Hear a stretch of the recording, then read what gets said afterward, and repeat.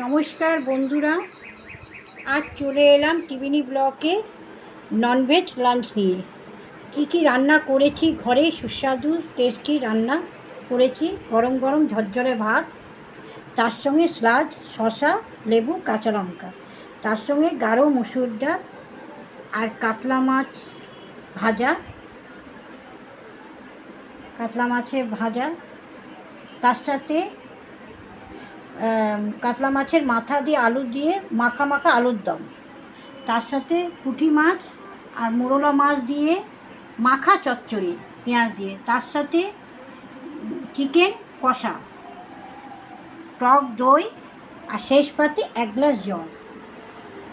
এই হচ্ছে আমার ননভেজ রান্না করেছি, সুস্বাদু টেস্টি স্পাইসি রান্না। গরম গরম ভাতের সঙ্গে খেতে ভালো লাগে এসব রেসিপি।